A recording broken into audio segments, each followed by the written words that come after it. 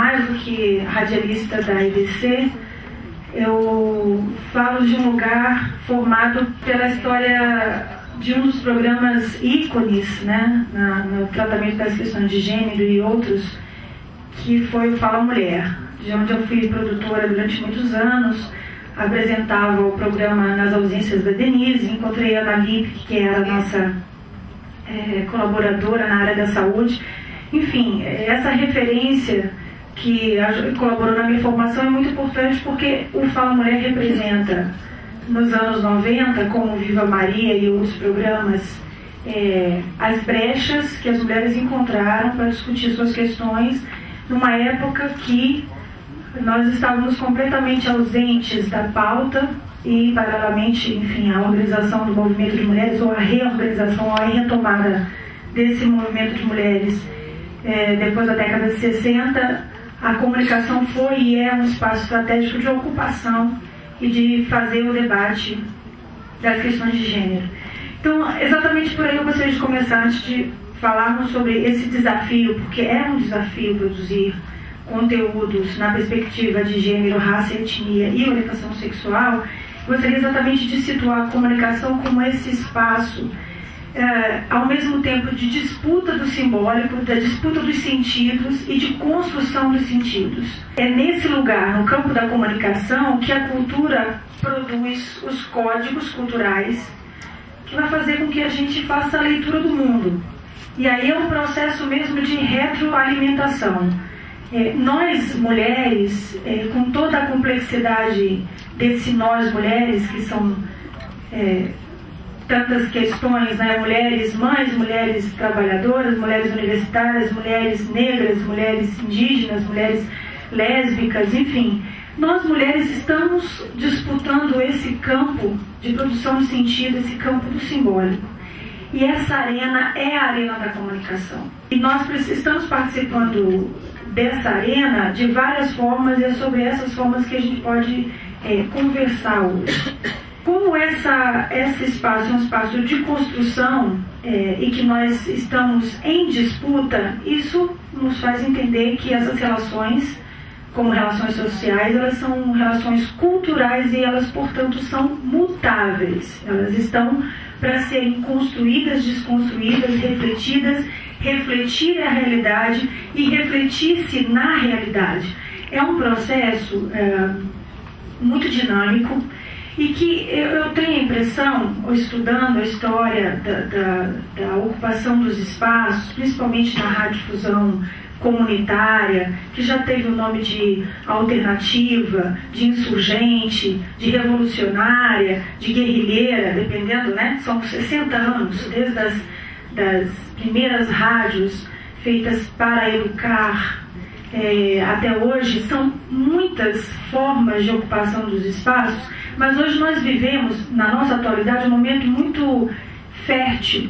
Se a gente pensar que 20 anos depois da queda do Muro de Berlim, está todo mundo falando sobre isso, nós temos ali um marco simbólico de uma queda brusca desse binômio, dessa forma de ver o mundo de uma forma preto-branco, homem-mulher, feio-bonito, magro, gordo, e por aí vai, com toda essa forma maniqueísta e binária de ver o mundo, porque lá era a Guerra Fria, se não dois grandes blocos políticos, sociais, culturais que se colocavam, e de lá para cá as coisas começaram a se misturar, da mesma maneira, né, que as Alemanhas aí se misturaram também. Estou sendo bastante simplista, é claro que há uma complexidade enorme na questão da queda do Muro de Berlim. Estou falando de uma era que se vem se conformando nas últimas 2 décadas de complexidade. Dessa complexidade de que a gente não pode mais dizer, bom, agora as mulheres estão aqui para conquistar direitos fundamentais. Agora as mulheres estão aqui para conquistar o seu lugar na sociedade como trabalhadoras. Aqui, não, hoje acontece tudo ao mesmo tempo agora. Existem mulheres que ainda lutam pelos seus direitos fundamentais e outras que já estão conseguindo atuar política socialmente de uma forma bastante positiva e desejável. essa complexidade, não só no ser mulher, como na forma como as mulheres estão na sociedade, ela também se reproduz na comunicação. Então, é possível enxergar na comunicação brasileira, por exemplo, brechas, nichos, momentos, programas, iniciativas, políticas, que elas são pontuais. E é por isso que talvez a gente não visibilize e ache que é tudo muito complicado, que é tudo muito ruim. Mas essas brechas, elas estão alargando. E a forma de atuar em rede, que as mulheres tanto gostam, preferem atuar, faz com que essas iniciativas comecem a ser tecidas. Essas pequenas brechas começam a ser tecidas. E uma iniciativa como um seminário como esse é exatamente para que a gente possa reconhecer essas brechas, ver quais as maiores brechas, quais as prioritárias brechas e quais aquelas que a gente ainda tem que romper e não conseguiu romper. Por que eu falo de brechas e não de uma situação ideal? Porque existem muitos desafios na produção do conteúdo com esse recorte de gênero, raça e etnia e orientação sexual. É uma dificuldade interna das empresas de comunicação, em todas as etapas de produção de um produto comunicacional, seja televisão, rádio, impresso, ou outras formas de comunicação. Ao interior das organizações, a gente vê um despreparo muito grande por parte dos profissionais, uma falta de sensibilidade.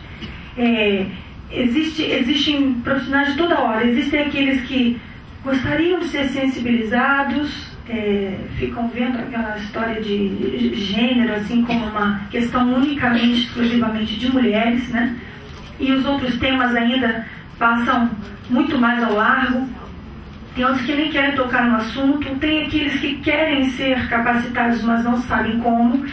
E existe uma tarefa árdua, portanto, de nós, mulheres e organizações feministas e redes de organizações de mulheres, de exatamente encontrar meios para que esse debate se faça dentro das organizações.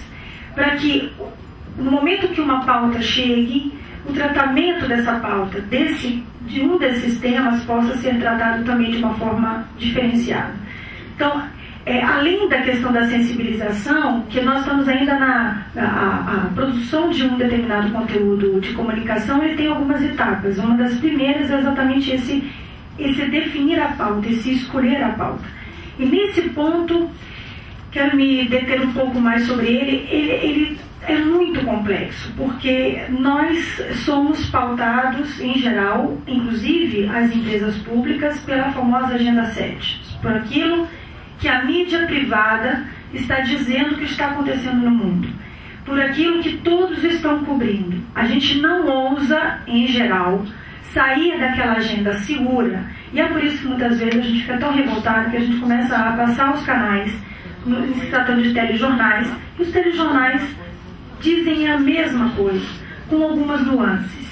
São poucos que conseguem romper com aquilo que é a chamada escalada da notícia, as principais notícias do dia. E você vai dormir com aquele resumo, achando que no mundo só aquelas 5 coisas aconteceram. A construção da pauta, e agora eu falo da banda de cá, ou seja, nós como formadoras de opinião, influenciando esses veículos de comunicação, nós também precisamos muitas vezes dessa capacitação de como chegar a esses veículos.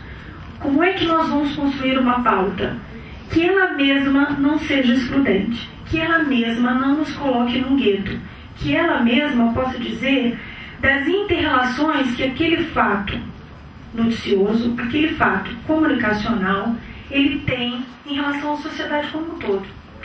É uma dificuldade muito grande, inclusive porque nós também atuamos de forma sazonal. Temos tantas coisas para fazer, então vem aí os 16 dias de luta aí a gente faz o release, entope as redações. Se a gente parar para pensar cotidianamente na sociedade brasileira, somos nós mulheres que produzimos as pautas.